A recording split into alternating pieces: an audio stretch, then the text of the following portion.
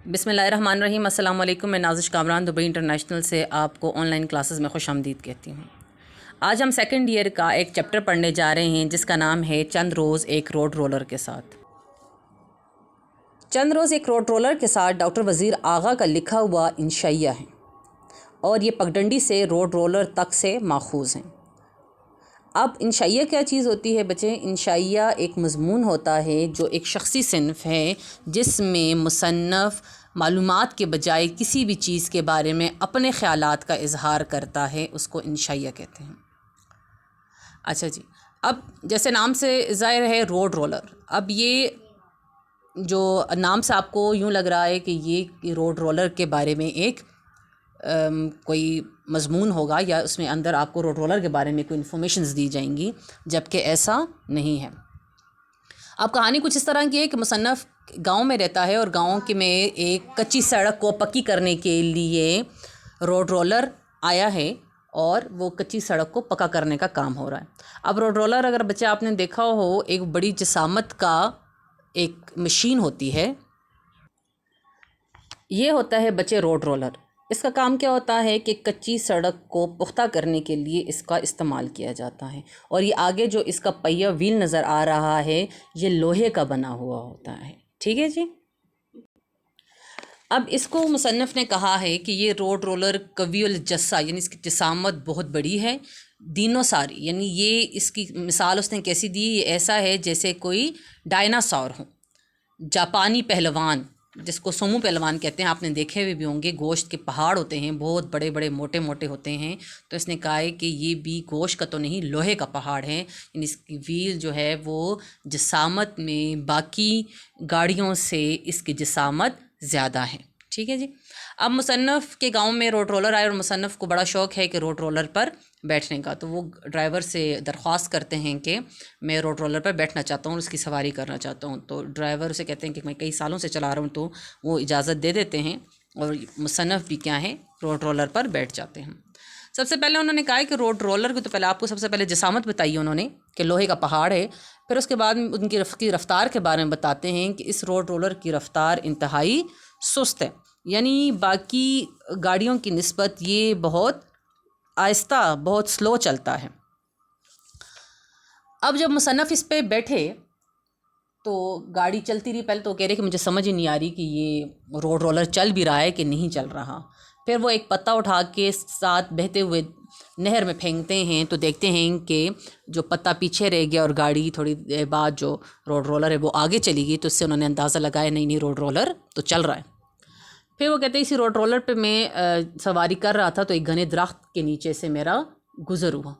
گھنے درخت کے نیچے سے جب گزر ہوا تو اس درخت کے اوپر بہت سارے پرندے بیٹھے ہوئے تھے، لیکن وہ پرندے جب روڈ رولر اس درخت کے نیچے سے گزرا تو وہ پرندے نہیں اڑے، تو انہی میں ایک الو کی مادہ تھی جس کو اس نے کہا بل پتوڑی، تو اس الو کی مادہ اور ساتھ اس کے 3 بچے تھے، تو وہ آنکھیں پھاڑ پھاڑ کے مصنف کہہ رہے مجھے دیکھ رہی تھی، اور انہی پرندوں میں الو کی ایک مادہ جس کو انہوں نے بل پتوڑی کہا ہے، وہ بل پتوڑی اپنی 3 بچوں کے ساتھ اس درخت پر بیٹھی ہوئی تھی، اور وہ آنکھیں پھاڑ پھاڑ کر مصنف کو دیکھ رہی تھی اور اپنی ہو ہا ہا کی بولی میں مصنف کو یہ کہہ رہی تھی کہ رفتار ہی انتشار ہے۔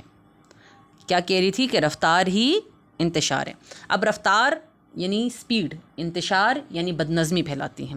یہاں مصنف ہمیں یہ بتانا چاہتے ہیں بچے کہ رفتار جو زندگی میں ہے وہ ہمیشہ کسی حادثے کا سبب بنتی ہے۔ اس کی مثال آپ ایسی بھی لے لیں کہ گاڑی جب تیز رفتار چلاتے ہیں یا بائک چلاتے ہیں یا کوئی بھی ایسی وہیکل جس کو تیز رفتاری سے چلایا جائے تو اس کا ایکسیڈنٹ ہونے کا خدشہ زیادہ ہوتا ہے اور نقصان بھی بہت ہوتا ہے، اور اگر گاڑی کو رفتار کم رکھی جائے، کم رفتار سے چلایا جائے، اگر ایکسیڈنٹ ہو بھی جاتا ہے تو جانی مالی نقصان کم ہوتا ہے۔ ٹھیک ہے، تو رفتار ہی انتشار ہے۔ یہاں پہ اب کہنے کے بعد مصنف کی مطلب یہ ہے کہ دیکھیں روڈ رولر جسامت کے لحاظ سے جو ہے وہ بہت بڑا ہے، باقی گاڑیوں کے نسبت اس کی جسامت کئی گنا زیادہ ہے، دیکھنے میں بھی بہت بڑا ہے، دیکھنے میں اتنا خوبصورت بھی نہیں ہے۔ اس کے نسبت جو دوسری گاڑیاں ہیں، اس کی نسبت جو کار ہے، بائک ہے، اس کی رفتار زیادہ تیز ہے، جبکہ روڈ رولر جسامت میں تو زیادہ ہے لیکن جو ہے اس کی رفتار کم ہے۔ تو جب وہ روڈ رولر کسی پرندوں کے پاس یا درخت کے پاس سے گزرا تو وہ پرندے اس کو دیکھ کر گھبرائے نہیں، اگرچہ کہ جسامت میں وہ بہت زیادہ ہے، لیکن پرندے اس کو دیکھ کے گھبرائی کیوں نہیں؟ کیونکہ اڑے نہیں، کیونکہ جب آپ دیکھیں کوئی اور گاڑی گزرتی ہے پرندوں کے پاس سے یا درخت کے نیچے سے یا بائک یا اور کوئی گاڑی بھی، تو کیا ہوتا ہے کہ سارے پرندے ڈر کے مارے اڑ جاتے ہیں، ٹھیک ہے، کیونکہ ان کی رفتار زیادہ ہوتی ہیں۔ تو پہلی بات اس میں مصنف نے جو بہت امپورٹنٹ ہے کہ رفتار ہی انتشار ہے، کہ زندگی کے اندر جب بھی ہم تیز رفتاری کسی بھی چیز میں اختیار کرتے ہیں تو وہ کیا بنتی ہے؟ ہمیشہ حادثات کا سبب بنتی ہے۔ اسی لیے تو کہتے ہیں کہ جلدی کا کام شیطان کا، کہ انسان کو ہر کام، چاہے زندگی کا کوئی بھی کام ہو، صبر تحمل کے ساتھ کرنا چاہیے۔ جلد بازی کرے گا یا اجرت میں کام کرے گا تو کیا ہوگا؟ وہ ہمیشہ نقصان کا باعث بنے گی۔ ادھر ہی پھر مصنف کہتے ہیں کہ بل پتوڑی جو الو کی مادہ تھی، اس نے مجھے اتنے کام کی بات بتائی کہ رفتار ہی انتشار ہے۔ اگر اس کی جگہ نر الو ہوتا تو وہ مجھے اس سے یقین ہے کہ زیادہ اچھی بات بتاتا، کیونکہ مستورات کو تھوڑا سا یہ خیال کیا جاتا ہے کہ وہ عقل میں جو ہیں مرد سے کم ہیں، اور اس نے بل بتوڑی نے مجھے اتنی اچھی بات بتا دی۔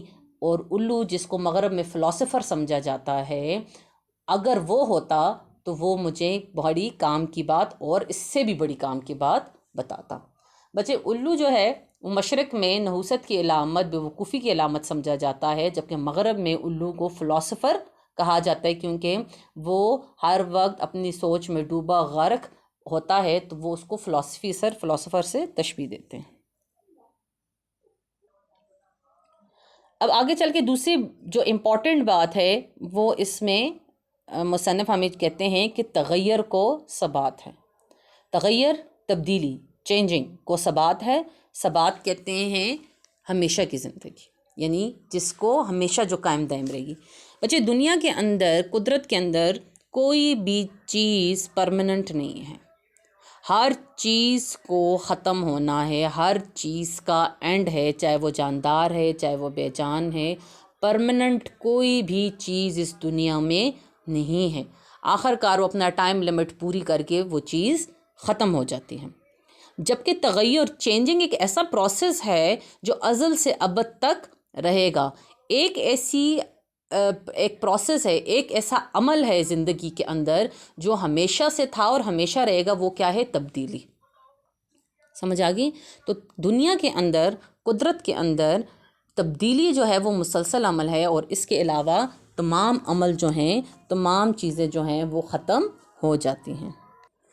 اب اس میں بچے مصنف ہمیں یہ بتانا چاہتے ہیں، وہ کہتے ہیں کہ روڈ رولر بھی اگرچہ کہ ایک مشین ہے، ایک گاڑی ہے، لیکن باقی گاڑیوں کی طرح جب یہ کسی چیز کے پاس، جب یہ کسی جاندار کے پاس، جب یہ کسی نہر کے پاس، جب یہ کسی درخت کے پاس سے گزرتی ہے تو کیا کرتی ہے؟ ان کو ہڑبڑا کے اٹھ بھاگنے پر مجبور نہیں کرتی۔ جیسے آپ نے دیکھا ہوگا کہ بائک یا گاڑی جب بھی کسی پرندوں کے پاس سے گزرتی ہے یا درخت کے پاس سے گزرتی ہے تو اس سپیڈ سے، اس کے خوف سے وہ پرندے تمام اڑ جاتے ہیں۔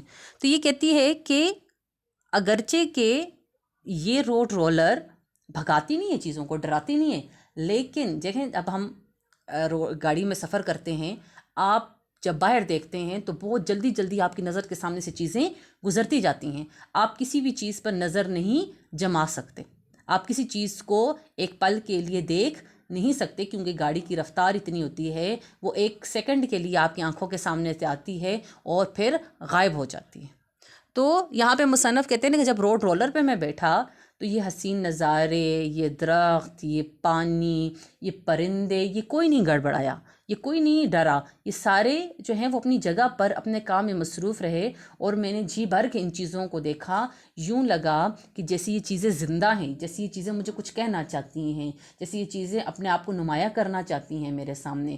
جبکہ تیز رفتار گاڑی میں کیا ہوتا ہے؟ تیز رفتار جب گاڑی ہوتی ہے تو وہ کیا ہوتی ہے کہ سینریز، وہ خوبصورتی، وہ پانی، وہ پرندے، وہ درخت جو ہیں وہ پل بھر کے لیے آنکھوں کے سامنے آتے ہیں اور گزر جاتا ہے، انسان اس سے اس قدر لطف اندوز نہیں ہوتا. ٹھیک ہے جی. اس کے اندر مصنف جو ہے وہ شہری زندگی اور دیہاتی زندگی کا کمپیریزن بھی کر رہے ہیں. ٹھیک ہے. اب شہر کی زندگی کے اندر وہ کہتے ہیں کہ رفتار بہت تیز ہے. رفتار کس چیز کی تیز ہے بچے؟ زندگی کے اندر ترقی کرنے کی رفتار. ہر ایک اپنے اپنے کاموں میں مصروف ہے، ہر ایک اپنی اپنی زندگی میں مصروف ہے، کسی کو دوسرے سے کوئی لین دین نہیں، کسی کو دوسرے سے کوئی تعلق نہیں، کوئی کیا کر رہا ہے کوئی کیا نہیں کر رہا، اس سے کسی کو کوئی غرض نہیں ہے. ٹھیک ہے. ہر ایک نے اپنی زندگی میں مقام حاصل کرنے کے لیے، اپنی زندگی میں ترقی حاصل کرنے کے لیے اسپیڈ پکڑی ہوئی ہے.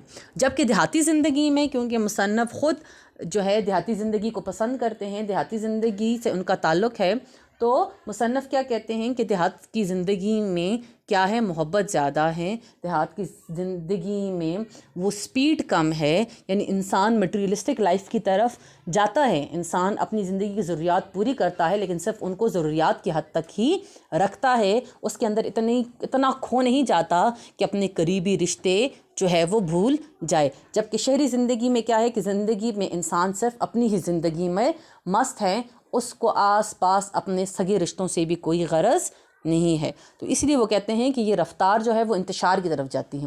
انتشار کس میں؟ رشتوں میں. انتشار کس میں؟ محبت میں. انتشار کس میں؟ ہمدردی کے جذبات میں بھی انتشار ہوتا ہے. اور انسان کی زندگی کے اندر سے وہ قیمتی اور خوبصورت جو احساسات اللہ تعالیٰ نے انسان کے اندر رکھے ہیں، اور انہی ہمدردی، محبت اور احساس کی ہی وجہ سے اس کو اشرف المخلوقات کہا گیا ہے، وہ انسان جو ہے وہ ان چیزوں سے محروم ہو جاتا ہے. ٹھیک ہے جی.